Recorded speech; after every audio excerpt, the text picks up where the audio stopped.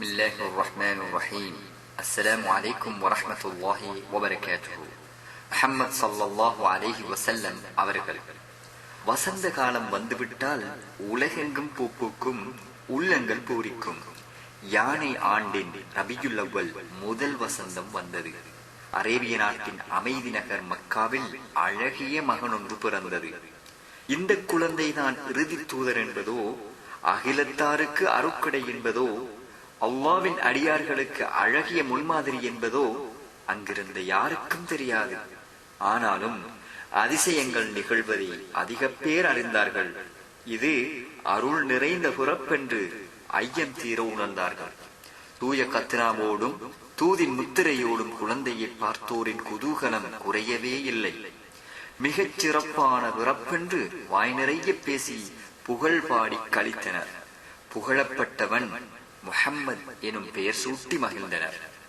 தாயின் வயிற்றிலேயே தந்தை அப்துல்லாவையும் 6ஆம் வயதிலேயே தாயார் ஆமினாவையும் இழந்தார். அனாதையாகி அன்புக்காய் ஏங்கினார்.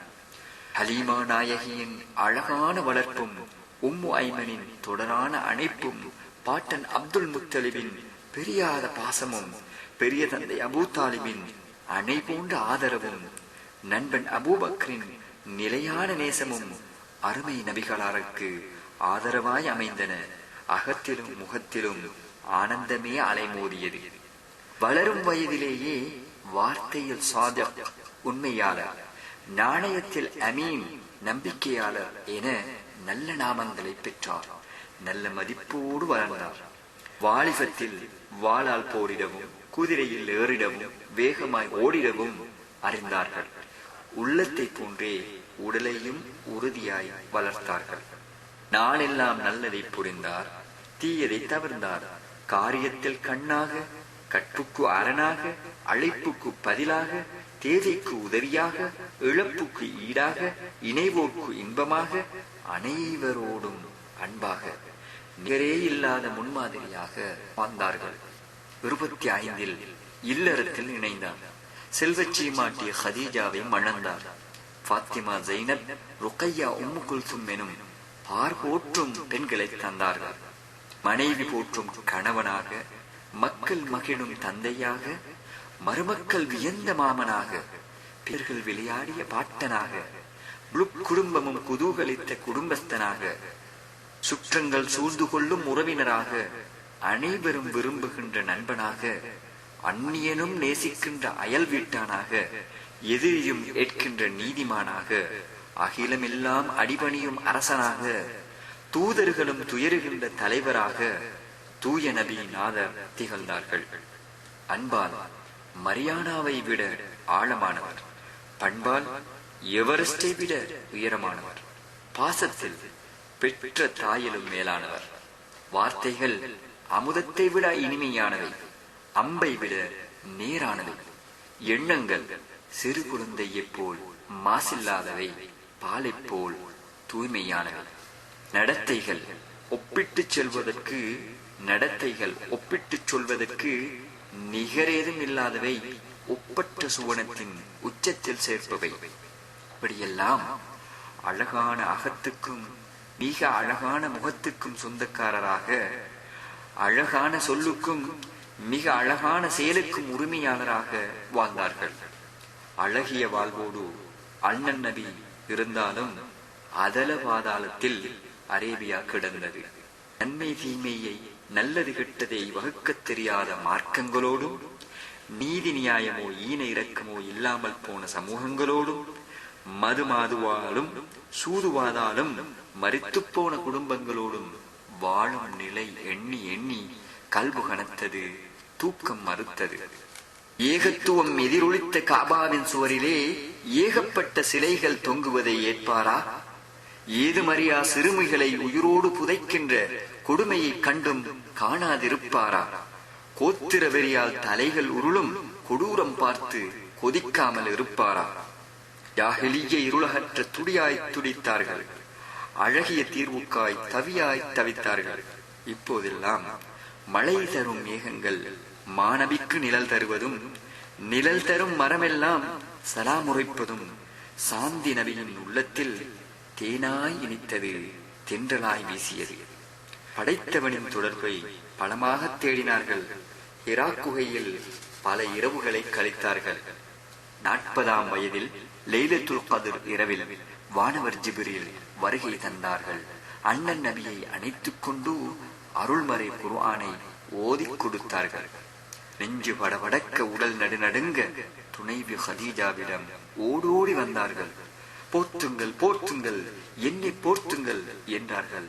போர்த்தப்பட்டதும் நடந்ததை சொன்னார்கள். நீங்கள் நல்லவர், நல்லதையே நாடுபவர், நாயன் அல்லாஹ் உங்களை காத்திடுவான் என்று தேனிலும் இனிய வார்த்தைகளால், பாசம் மிகுந்த பார்வைகளால் பயத்தை கலைத்தார்கள், தைரியத்தை வளர்த்தார்கள். பண்புமிகு மனைவி ஹதீஜா அவர்கள் தீராத பிரச்சினைக்கு தீர்வும் பாரிய வினாவுக்கு பதிலும் கிடைத்த மகிழ்ச்சியோடு வலம் வந்தார் வல்லல் நபிநாதர். இஜாவே தூங்கிய காலம் கடந்து விட்டது, இஜாவே தூங்கிய காலம் கடந்து விட்டது என்று கூறி அறிமுகமற்ற இஸ்லாத்தை அனைவருக்கும் அறிமுகப்படுத்த அல்லும் பகலும் பாடுபட்டார்கள். அருமை மனைவி ஹதீஜாவும் ஆருயிர் நண்பன் அபூபக்ரும், அறிவிச்சிறந்த அலியாரும், அருகில் இருந்த உறவினரும், அடிமையாயிருந்த பிலாலும், முழு குடும்பமாக யாசிரும் மற்றும் சில மனிதர்களும் தூய இஸ்லாத்தை ஏற்றார்கள். தூதருக்கு துணையாய் நின்றார்கள். படைப்புகளை வணங்கும் நிலை நீக்கி படைத்தவனை மட்டும் வணங்குங்கள். அநீதி மிகு மார்க்கங்களை ஒதுக்கி தள்ளி நீதி மிகு இஸ்லாத்தில் இணையுங்கள்.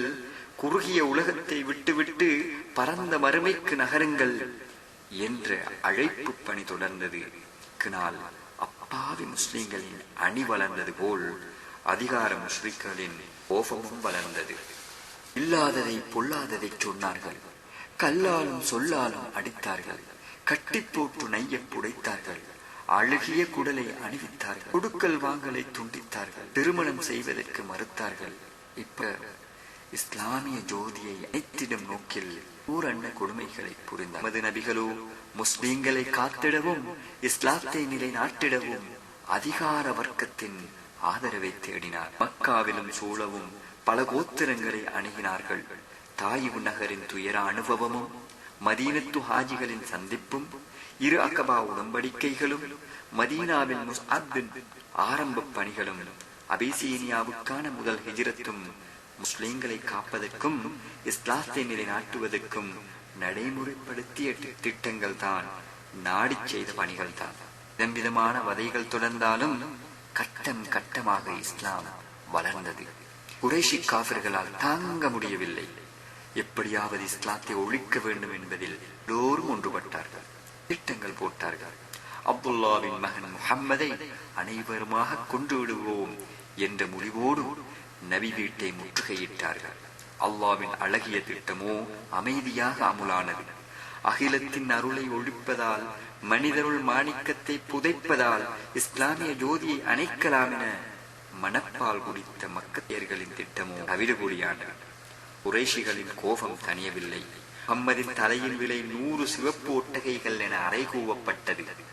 பெயர் போன வீரர்கள் நாத்திக்களும் நபியை தேடி மின்னலை போல விரைந்தார்கள். நிகரற்ற பரிசை கவர்ந்து செல்வதில் முழு கவனத்துடன் இருந்தார்கள். இறைவனின் நாட்டமோ குறைஷி கும்பலால் தூதரின் உயிரை என்ன மயிரை ஏனும் பெற முடியவில்லை. ஆருயிர் நண்பன் அபூபக்ரோடு அமைதியாக மதீனாவுள் நுழைந்தார்கள்.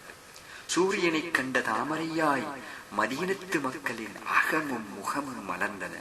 பல அல் பதுரு அலைனா, பௌர்ணமி என் மீது உதித்து விட்டது என கவிபாடி வரவேற்றார்கள். கட்டுப்பட்டு பைஅத் செய்தார்கள். பைஅத் செய்து கட்டுப்பட்டார்கள். அப்படியாக மக்காவில் முட்டுவிட்ட இஸ்லாமிய ஜோதி மதீனாவில் ஆட்சியாக மலர்ந்தது. ஷரீஅ சட்டங்கள் அமூலாயின. தனி மனிதர்களும் குடும்பங்களும் கிராமங்களும் நகரங்களும் சமூகங்களும் ஆட்சி அதிகாரங்களும் அழகாயின. மக்களின் நிலைமைகள் சீராயின.